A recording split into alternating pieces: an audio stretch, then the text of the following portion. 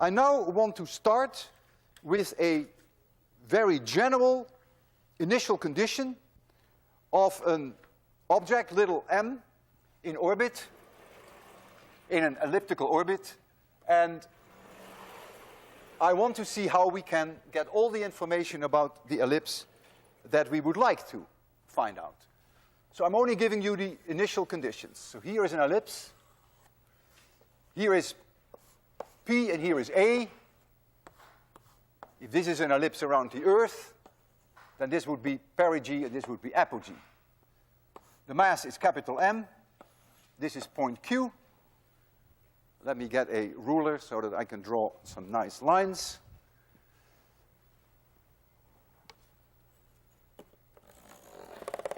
So the distance AP equals 2a, a being the semi-major axis, and our object happens to be here, mass little m, and this distance equals r0. Think of it as being time 0. And at time 0, when it is there, it has a velocity in that ellipse. Let this be v0, and there is an angle between the position vector and v0. I call that phi 0. So I'm giving you n, I'm giving you v0, I'm giving you r0, I'm giving you phi 0. And now I'm going to ask you, can we find out from these initial conditions how long it takes for this object to go around? Can we find out what QP is? Can we find out what the semi-major axis is? Can we find out what the velocity is at point P at closest approach when this angle is 90 degrees? And can we find out what the velocity is when the object, when little m is farthest away, apogee? Can we find all these things? And the answer is yes. A is the easiest to find, the semi-major axis. I turn to equation number 5, which is the conservation of mechanical energy. And the conservation of mechanical energy says that the total energy is the kinetic energy plus the potential energy equals 1/2 m v0 squared. That is when the object is here at location D, minus little m, capital M, G, divided by this R0 at location D. This can never change. This is the same throughout the whole orbit. So it must also be, according to equation 5, minus mm G divided by 2a. And so you have one equation with one unknown, which is a. Because you know all the other things, m cancels. M always cancels when you deal with gravity. So you only have a as an unknown. So that's done. If the total energy were positive, then for this to be positive, a has to be negative. That's physical nonsense, of course. So this only holds for bound orbits. So positive values for E total are not allowed. Once you have A, you use, so this is from equation number 5. If you now apply equation number 6, immediately pops out T, the orbital periods. Because the only thing you didn't know yet was A, but you know A now. So we also know how long it takes for the object to go around in orbit. And I try to be quantitative with you. Step by step, as we analyze this further, I will apply this to a specific case for someone going around the Earth. Everything I'm telling you today, including all numerical examples, are in a handout which is 6 pages thick, which I wrote specially for you. It will be on the web. We're not going to print it here. That's a waste of paper. It's $19.99, so that's what we have the web for. So you can decide on your own how much notes, how much time you want to spend on notes, or to what extent you want to concentrate and try to follow the steps. It's up to you. But everything is there. Literally everything. Every numerical example. We take for capital M, we take the Earth. And that is 6 times 10 to the 24 kilograms. So that's my M. I promise you, you will know M. I will give you R0. That is 9,000 kilometers. That's the location at point D. I give you the conditions at D. The speed at point D is 9.0 kilometers per second. And I'll give you phi 0 is 120 degrees. Everything else we should be able to calculate now from these numbers. First of all, with equation 5, you can convince yourself, sticking in these numbers, that the total energy is indeed negative. Of course, if I make the total energy positive, it's not an ellipse. So then it's all over. It is negative, it is an ellipse. So with equation number 5, I then pop out A. Right? Because that's one equation with one unknown. And I put in the numbers. You can confirm them and check them at home. And I find that A is quite large. A is about 50,000 kilometers. That's huge.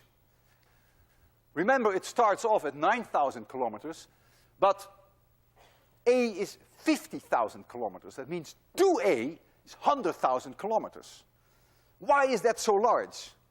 Well, the answer lies in evaluating the escape velocity. The escape velocity of this little mass, when it is at position D, for which these are the input parameters, is the square root of 2mg divided by R0. And that is 9.4 kilometers per second. Well, if you need 9.4 kilometers per second to make it out to infinity, and you have 9 kilometers per second, you're pretty close already. So that's the reason why this semi-major axis is indeed such a horrendous number. There's no surprise. If now I use equation number 6, then I find the period, and I find that it takes about 31 hours for this object to go around the Earth. So far, so good. Now we want to know what the situation is with perigee and with apogee. Can we calculate the distance QP? Can we calculate the speed at location P and at location A?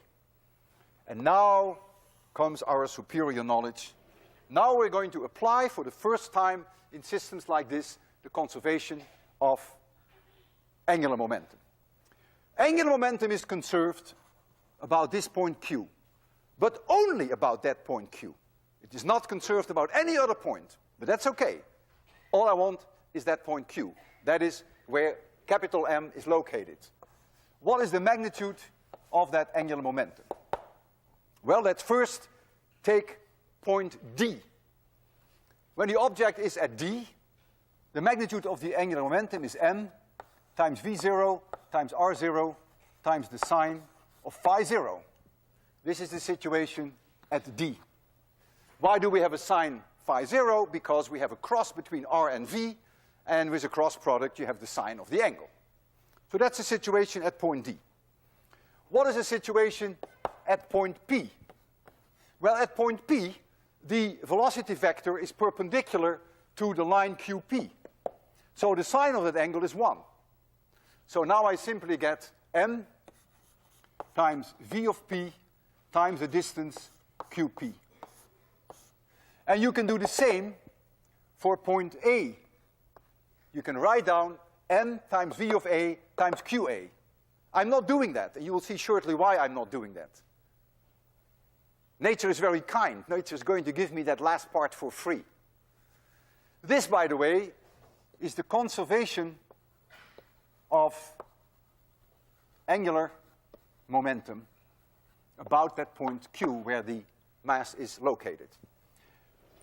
I have here one equation with two unknowns, v of p and qp, so I can't solve. So I need another equation. Well, of course, there is another one. We have also the conservation of mechanical energy. So now we can say that the total energy must be conserved. And the total energy is 1/2, I do it at point P, equals 1/2 m Vp squared, that is the kinetic energy, minus mmg divided by the distance Qp. This is the potential energy, when the distance between capital M and little m is qp. But this number we know because that is minus mg divided by 2a. That's our equation number 5. Oops, I slipped up here. You may have noticed it. I dropped a little m, which should be in here. Sorry for that. And so now we have here a big moment in our life that we have applied both laws. This is the conservation of mechanical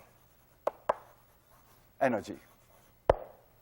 And now I have two equations with two unknowns, qp and v of p. And so I can solve for both.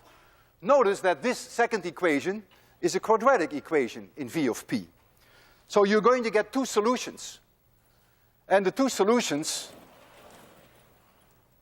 one v of p will give you the distance qp. The other one will be va, which gives you the distance qa. How come that we get both solutions?